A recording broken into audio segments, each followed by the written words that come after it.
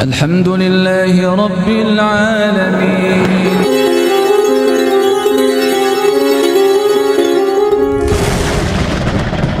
Seseorang akan masuk neraka, seseorang akan masuk surga.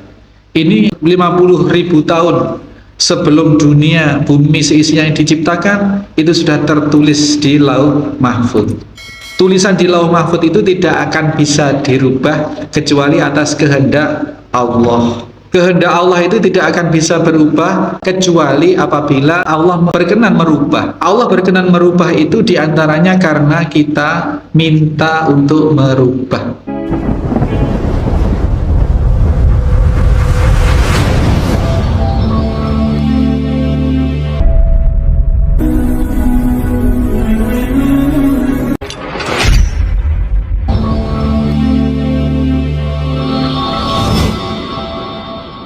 Bismillahirrahmanirrahim. Assalamualaikum warahmatullahi wabarakatuh. Innal hamdalillah nahmaduhu wa nasta'inuhu wa nastaghfiruh wa na'udzu billahi min sururi anfusina wa min sayyiati a'malina. May yahdihillahu fala mudhillalah wa may yudlil fala hadiyalah. Asyhadu an la ilaha illallah wahdahu la syarikalah. Asyhadu anna Muhammadan abduhu wa rasuluhu la nabiyya ba'dah. Allahumma salli wa sallim wa barik ala Muhammadin wa ala alihi wa sahbihi wa mawalah. Bapak-bapak, ibu-ibu, hadirin hadirat Masjid Al-Muslimun Curah Jeru Panji Situbondo rahimani wa rahimakumullah, juga segenap mustami dimanapun berada saat ini rahimani wa rahimakumullah. Dosa-dosa di dunia ini pada hakikatnya adalah ditangguhkan untuk diterima azabnya di akhirat. Tetapi khusus 5 hal tadi itu, dosa-dosa 5 hal yang kita sebutkan tadi itu, dampaknya tidak hanya di dunia tetapi juga di akhirat. Jadi di antara kebaikan yang oleh Allah berikan kepada seseorang itu adalah apabila seseorang itu sudah berbuat baik, sudah berusaha untuk soleh, beriman, bertakwa, tapi masih dapat musibah, itu adalah diantara tanda Allah menghendaki kebaikan. Pertanyaannya sekarang, berarti kebaikan dan keburukan itu memang sudah dikehendaki oleh Allah, Ustaz? Benar. Seseorang akan masuk neraka, seseorang akan masuk surga. Ini 50.000 tahun sebelum dunia, bumi seisinya yang diciptakan, itu sudah tertulis di Lauh Mahfuz. Tulisan di Lauh Mahfuz itu tidak akan bisa dirubah kecuali atas kehendak Allah. Kehendak Allah itu tidak akan bisa berubah kecuali apabila Allah berkenan merubah. Allah berkenan merubah itu diantaranya karena kita minta untuk merubah. Gimana? Jadi ini kronologinya. Si A sudah ditulis oleh Allah untuk menjadi ahli neraka kelak. Kemudian dalam perjalanannya si A ini, ya tulisannya sudah di neraka. Tidak akan dirubah oleh Allah kecuali kalau diminta oleh seorang hamba itu untuk Allah rubah. Allah dalam satu nas besar, ud'uni astajib lakum.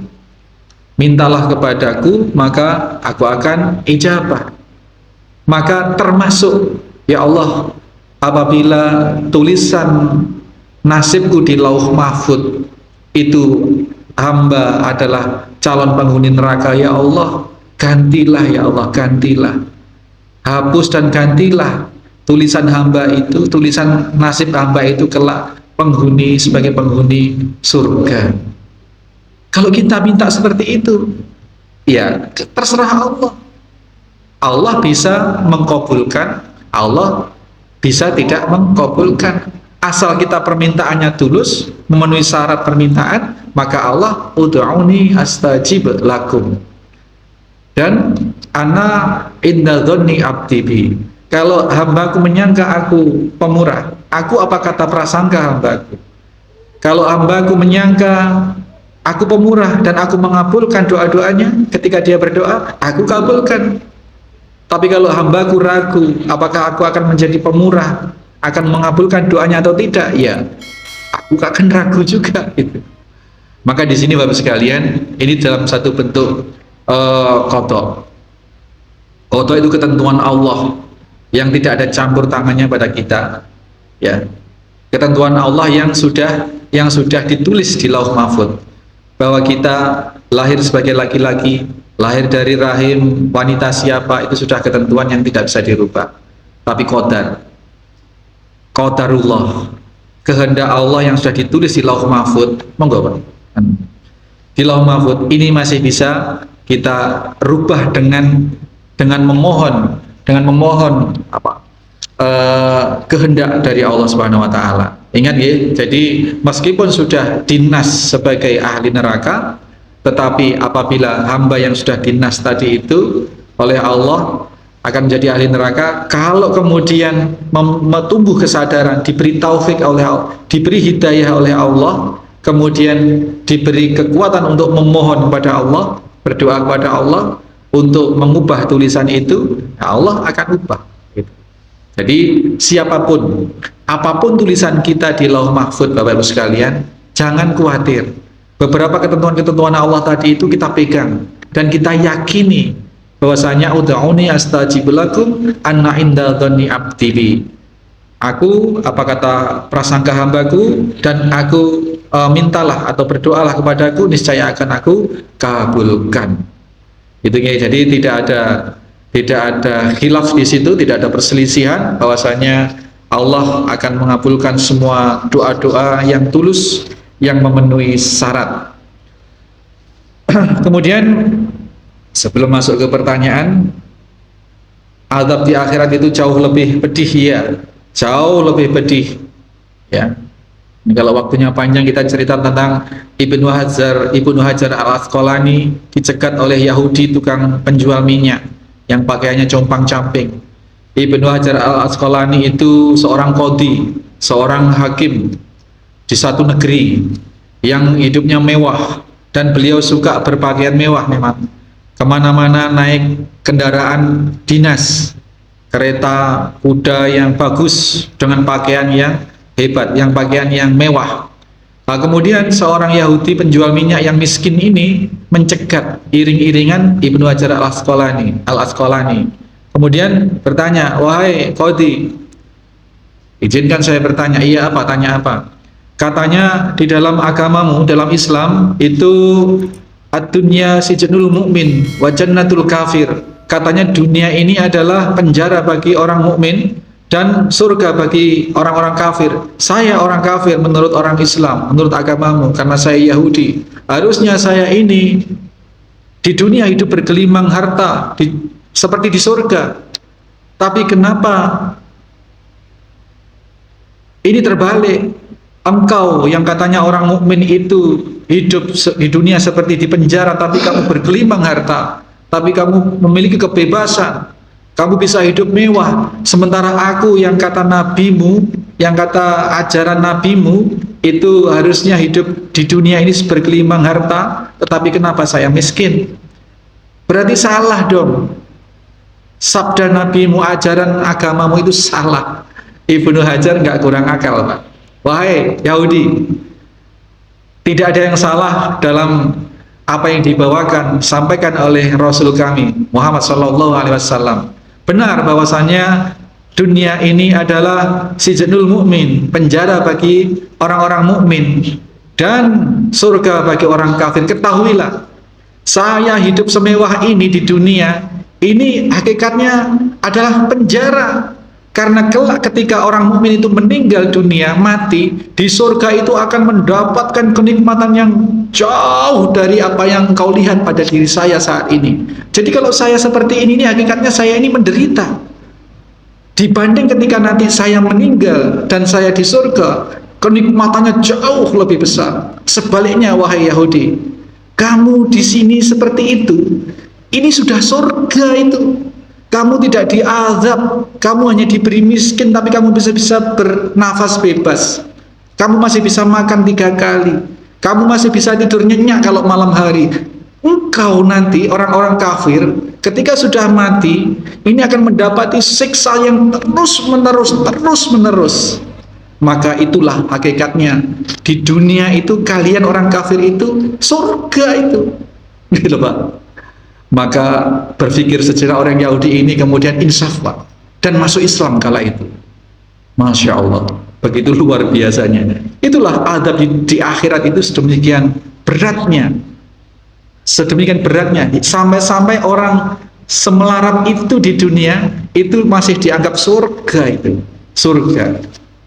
Itu ya, jadi beberapa ketentuan ya Allah Subhanahu wa taala menyatakan bahwasanya la yukallifullahu nafsan illa wus'aha. Sungguh pun demikian, adab-adab itu, ujian-ujian itu akan diberikan di dunia, tetapi sebatas yang hamba-hamba yang kita-kita itu mampu.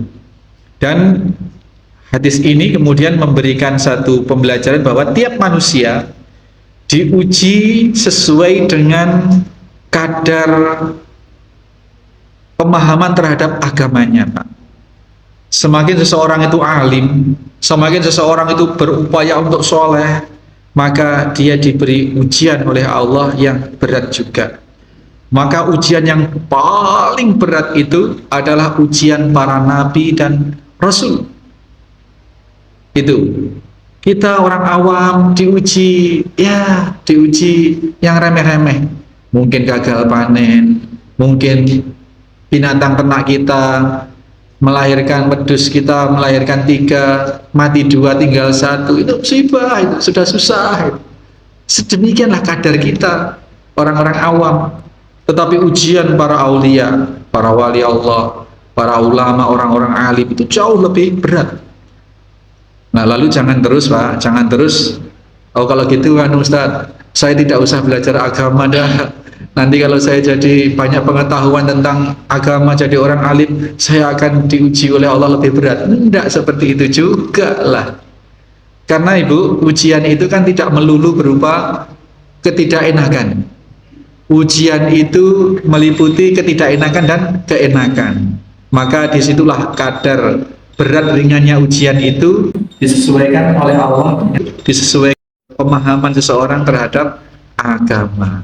Itu gitu. Baik, hampir habis waktunya, kita jawab pertanyaan. Apakah boleh mengirimkan ayat-ayat Al-Quran kepada orang yang sudah meninggal? Kalau sudah sholat umpama dapat 2 rakaat, lalu mendengar adzan lagi, apa lanjut atau di sholatnya mendengar adzan? Yang pertama, orang yang meninggal ini sudah pernah kita bahas ya Pak, apakah Al-Fatihah ataukah Yasin ataukah apapun ini tidak dikirimkan Pak, tetapi kita bertawasul. Tawasul itu maksudnya gini, kita membaca Al-Quran, pakai itu Al-Fatihah, pakai itu Yasin, dalam rangka kita melakukan ketaatan kepada Allah untuk beramal soleh membaca Al-Quran. Kalau sudah kita melakukan amal soleh, maka kita bertawasul, ya Allah, dengan amaliyah saya membaca Al-Quran itu barusan, mudah-mudahan Engkau memberikan ridho kepadaku dan Engkau mengabulkan doa-doaku, ya Allah, ampunilah si fulana yang sudah meninggal. Benih Al-Fatihahnya saya kirim lagi Bu, tetapi Al-Fatihah atau apapun itu tadi kita baca, kita niatkan beramal soleh, membaca Al-Quran, mengikuti perintah Allah, perintah Rasulullah, membaca Al-Quran. Dan amal soleh yang sudah kita lakukan tadi itu kita jadikan bahan untuk tawasul kepada Allah. Ya Allah, dengan bacaan Al-Quran saya tadi, mudah-mudahan Engkau ridho kepadaku dan Engkau mengakui bahwa yang saya baca tadi itu dalam rangka aku mengharapkan wajah-Mu ya Allah, dan dengan itu maka kabulkanlah doaku, ampunilah yang telah meninggal ini. Ngoten ya Bu. Jadi tidak apa-apa Pak, memperingati orang kematian, misalkan haul atau apalah, atau tidak haul atau kapan saja, itu membaca Al-Fatihah, membaca Yasin, membaca Kulhu, Falak, Anas, itu. Tetapi bukan bacaannya itu yang dikirim. Paham ya Pak? Beda nggih? Tetap dalam nggak ada JNT, JNE, LTH, enggak. Jadi dijadikan bahan tawassul. Sama dengan gini, saya bersedekah dengan kebaikan ini, gitu. Yang apa ini? Dengan saya berniat, yang penting berniat kepada Allah Subhanahu Wa Taala untuk memperoleh ridho Allah, wajah Allah, gitu. Ini kita nisbatkan kepada dulu pernah Pak, 3 orang yang terjebak di dalam gua. Itu bertawasul dengan amal soleh, namanya seperti ini. Itu ibu satu, itu tidak jelas. Nah kalau sholat seumumnya dapat 2 rakaat. Sholat apa ini? Apakah sholat sunnah, apa sholat fardu? Kalau sholat di masjid yang sama, misalkan Pak, kita sholat sunnah, terus kemudian dengar dapat 1 rakaat, terus sudah ada iqomah, itu maka sholat sunnahnya harus dibatalkan, ikut sholat berjamaah. Tapi kalau kita sholat kemudian di rumah, misalkan ibu-ibu sholatnya di rumah, dapat 2 rakaat sholat duhur, sudah masuk waktu duhur, Masjid Al-Muslimun sudah adzan, masuk waktu duhur, itu. Kemudian di tengah-tengah dapat 2 rakaat, masjid sebelah sono adzan, ya nggak usah berhenti lah, terus, ibu, terus. Jadi adzan itu tidak menghentikan orang sholat.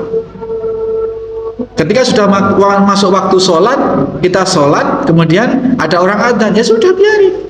Adzan itu kan memanggil orang untuk sholat, untuk datang ke masjid untuk sholat, atau paling tidak untuk mengingatkan orang untuk sholat. Yang ibu-ibu di rumahnya, misalnya seperti itu, sholat saja, sholat. Ingat ya, jadi yang menghentikan orang sholat itu adalah apabila orang itu ada di masjid, sholat sunnah, kemudian mendengar iqomah, dapat 1 rakaat, sudah iqomah, batalkan sholatnya, ikut sholat berjamaah. Kalau di rumah sholatnya ada dengar iqomah di masjid, ibu-ibu misalkan, ya nggak perlu berhenti, terus adzan terus, nggak masalah. Gitu. Paham ya Bang? Sampai sini ya kita akhiri. Subhanakallahumma wa bihamdika asyhadu an la ilaha illa anta astaghfiruka wa atubu ilaik. Assalamualaikum warahmatullahi wabarakatuh.